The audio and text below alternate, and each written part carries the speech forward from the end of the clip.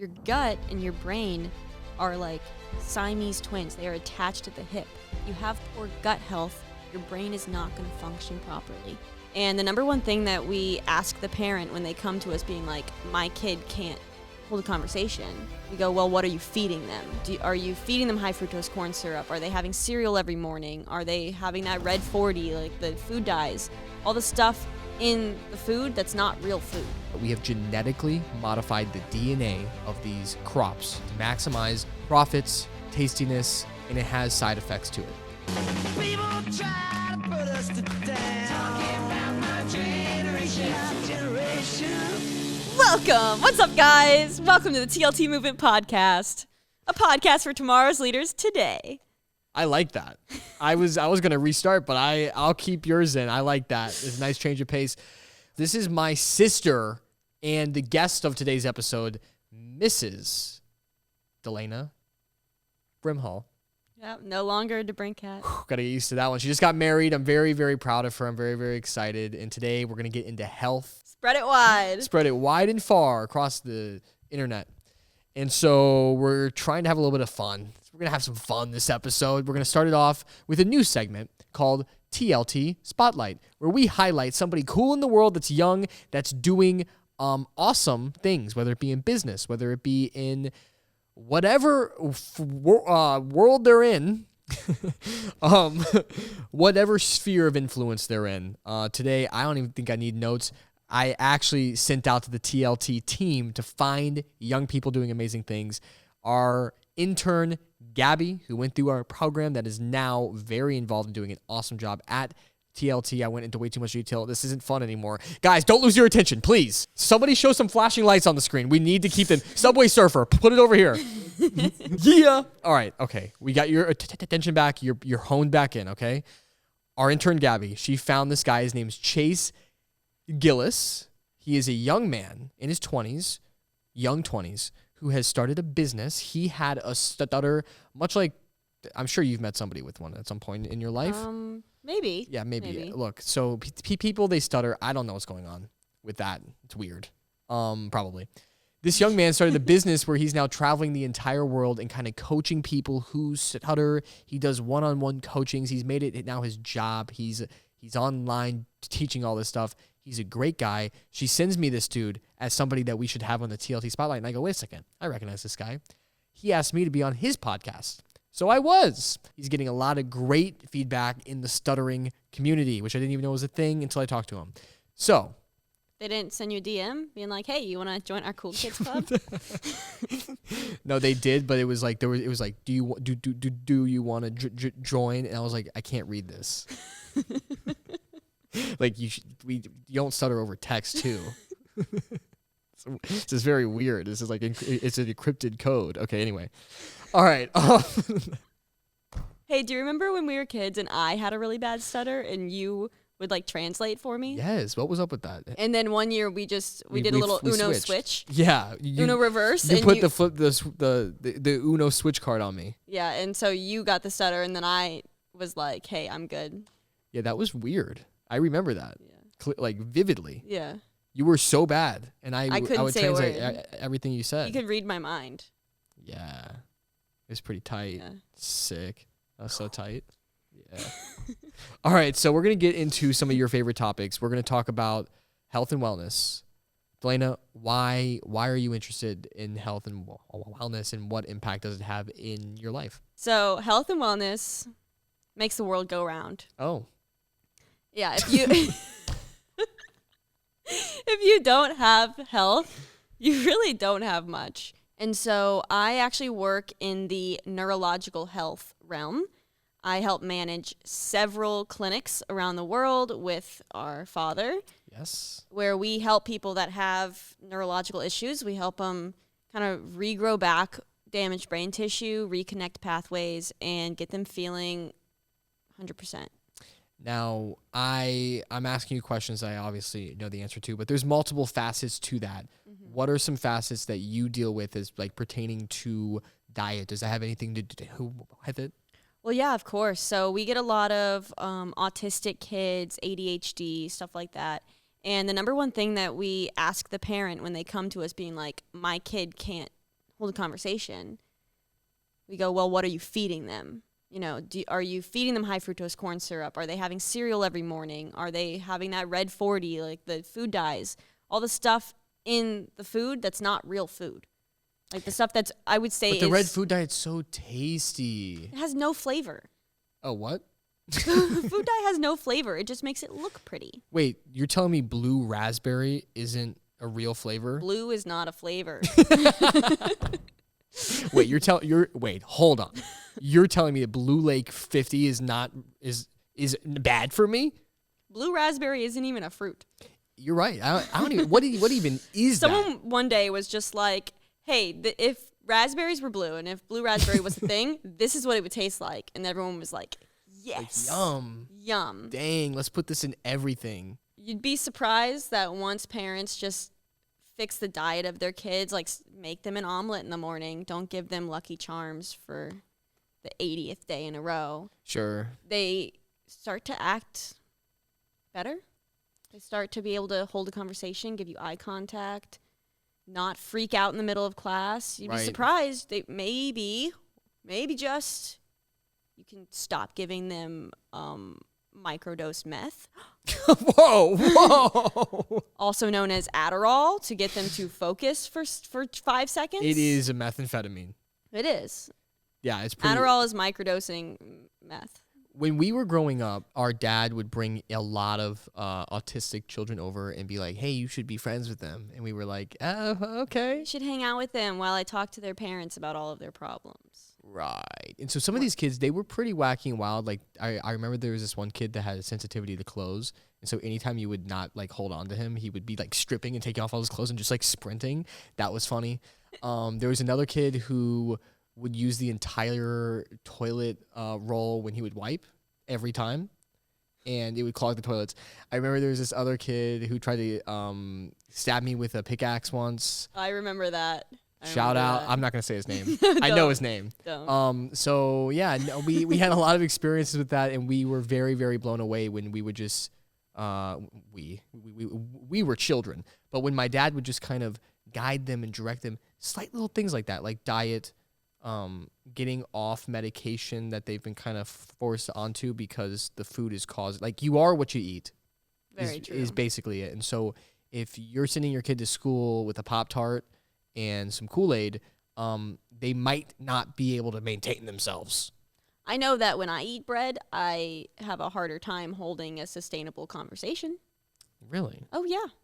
Especially gluten, because I probably shouldn't be eating gluten. Sure. Whenever I get a little dose, my little microdose of gluten, I literally, like, can't hold I get so, like, I want to do literally anything else. Yeah, there's sugar in bread. Mm-hmm. There's sugar in just about everything. You really have to keep track of it.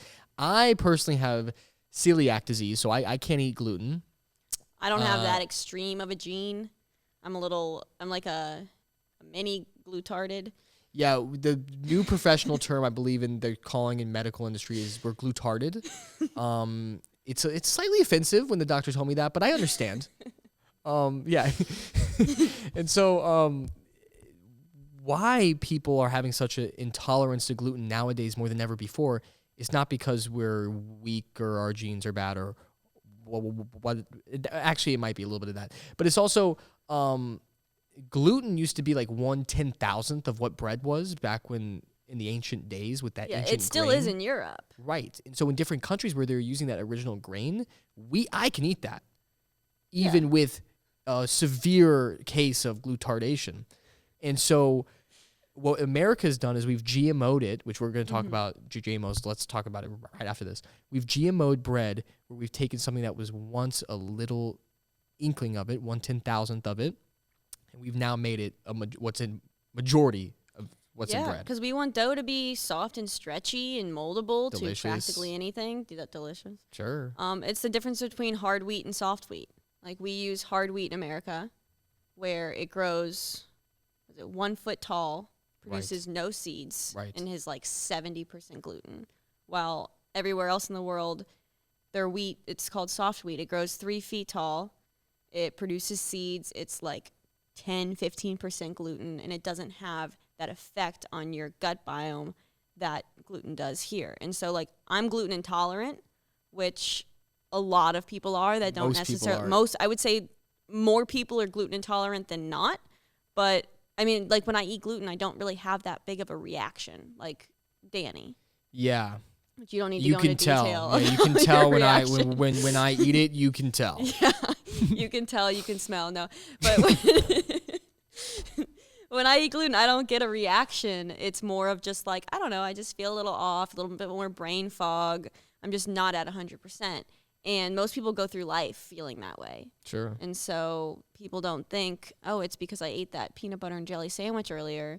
They're just thinking like, this is just who I am. Yeah, maybe that Uncrustables wasn't the best decision to make at lunchtime. Probably not. So let's get into what GMOs are. Some of our audience might not know this. It's pretty mainstream. I would call this segment Conspiracy Hour, but honestly, this isn't a conspiracy. This is real. There was this company called Monsanto. They have since changed their name to even somebody who researches this stuff has no idea what it is to kind of avoid being called out. But what we've done as a society is we've put preservatives into food.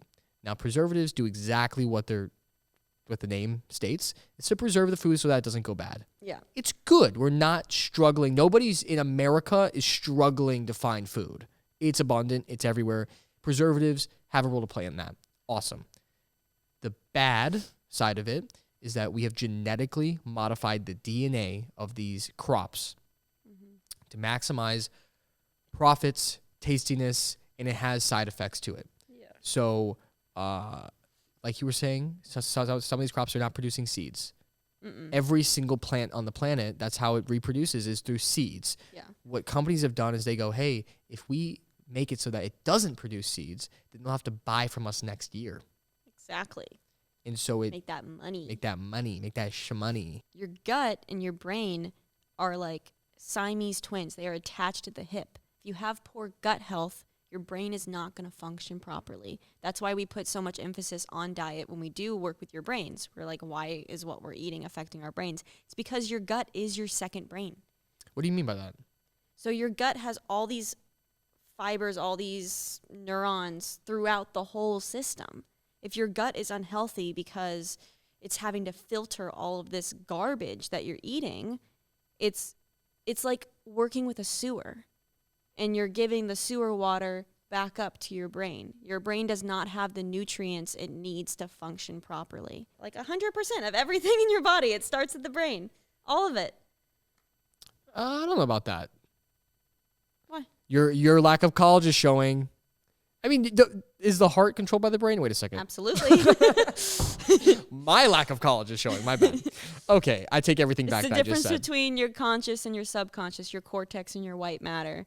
Your cortex, that's what you think, feel, and do. That's how we're having this conversation, is your cortex. Your white matter is the gushy part on the inside. So the cortex is almost like a helmet on the outside of your brain. It's like that hard one that you see in all the movies of like, oh, Like you the can see the pink, brain. like- Yeah, it's yeah, like the yeah, pink, yeah. yeah. And then on the inside, it's like this white gushy stuff. And that's all lungs breathing, heart beating, memory storage. It's everything that we're not actively thinking about. Like, you can think about your breathing, but you don't have to think about your breathing for you to survive. You don't have to always be thinking about my lungs. You're starting to think too much. I'm starting to think about breathing. Am I breathing? Did I breathe this entire episode? I don't know. Well, your lungs are actually special in that way because they're your only organ that you can actually think about and control. Everything else, like your heart beating, your gut digesting, all of it just works. We don't Wow. have to think about that. So we have a lot of young people that watch this show. What would you tell them? Let's say they're not really focused on health, okay? Let's say they feel fine. Their metabolism's great. They can eat whatever they want. They're not gaining weight, any of this stuff, right? They're like, I'll think about that later. But maybe they got some acne on their face. But they have some of these, like, maybe eczema, something that you've dealt with. Yeah. Why, at what point in the process of being unhealthy is it starting to show like that? That is, if you see acne and other skin issues, that is your body's last resort to get rid of toxins. So all of our toxins, they go through our liver first. It goes, I believe it's liver, gallbladder, lungs. There's a Kidneys? Kidneys. There's a few different organs. I'd have to look at my notes or whatever, Sure. but there's a few different organs that toxins get filtered through. your skin is the last one. And so if you have issues with your skin, you also have issues with your gallbladder, with your liver, with your lungs. You have issues with all these other organs that are trying to eliminate these toxins. So like your lymphatic system is not working properly because you're putting so much garbage into your body, so many toxins into your body, whether it's environmental, what you're eating, all of the above. You're exposing your body to so many toxins that it's all your organs are having to become the filter. Ooh, that's good. You know, something that Dad taught us when we were growing up is that we live in a toxic world. Like you can't avoid the toxins, whether it be plastics, it be the air, it be what we drink, it be whatever. We're gonna be exposed. So what we have to do is be very mindful in exposing ourselves. As it's not so much not exposing ourselves. It's more like, what do I have control over in my own house? My own, like what I'm sticking in my mouth, like what do I have control over that can mitigate toxins? All those air filters, Sprayers. air spray, the stuff that smells like fresh laundry that you're spraying all over your house. You have one that you plug in and it sprays you every time you walk past.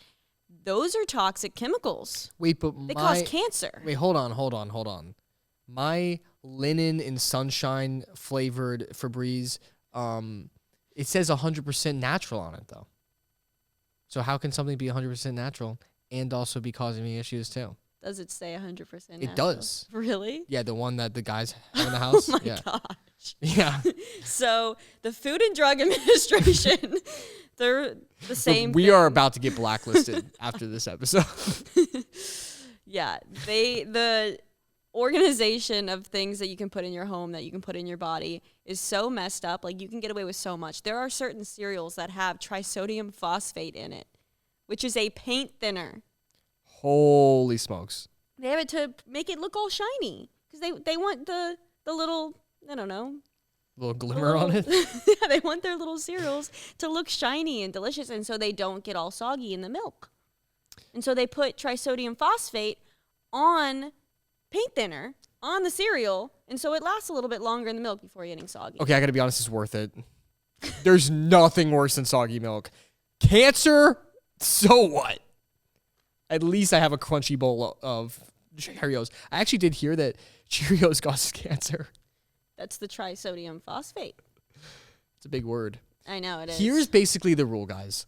If you're reading a box and it has ingredients in it like trisodium phosphate that you don't know what it is, or like you can't read it, if it has ditrexichloroquine in it, you probably should not consume that.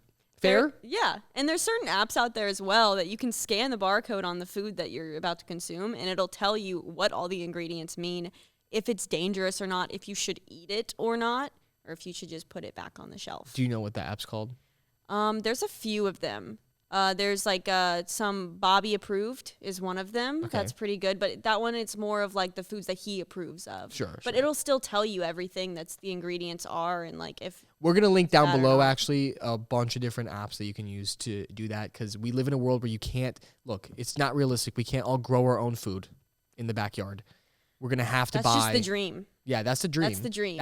That's our dream. That is our dream. I want a farm, Totally. all that stuff. But we live in a world where we're going to have to shop around. Mm-hmm. And so definitely be on a high alert. Being educated, being an ingredient investigator. I coined that phrase, by the way. Did you really? I did. I know Andrea has label detective. Label detective. I like ingredient investigator because it's an alliteration. Those are two big words. I don't understand it. I had too much dichroxamine quarantine today. My brain's a little fogged. Why do you think that some people, let's say, go veganism's the way, vegetarian's the way, carnivore diet's now a thing? These are the certain diets. I started doing this and I feel so good. Maybe somebody else tries it and they feel terrible. It boils down to different blood types. It's like Diet by Your Blood Type, I believe, is a book. And different blood types prefer different diets. And so, like, if you're O negative, you're going to want to lean more towards a carnivore diet. While if you're A, vegetarian usually works better for you.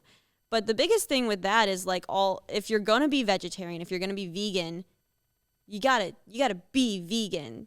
by eating like vegetables, not being vegan by eating fake cheese. It's like, because Right. all this stuff, like the Impossible Burger, like all the fake stuff that they make that mimics different diets, it just has a bunch of chemicals in it. It has a bunch of stuff that makes you think, oh, it kind of tastes like this. Yeah, because they put artificial flavors in it to make it taste like that, which is not going to be healthy for anyone. Don't get eat fake vegetables. meat. Sure. Like, fake meat is not a healthy alternative. Vegetables are a healthy alternative. Eggs, if you're a vegetarian, are a healthy alternative. Is meat even real meat? Not really. Not anymore.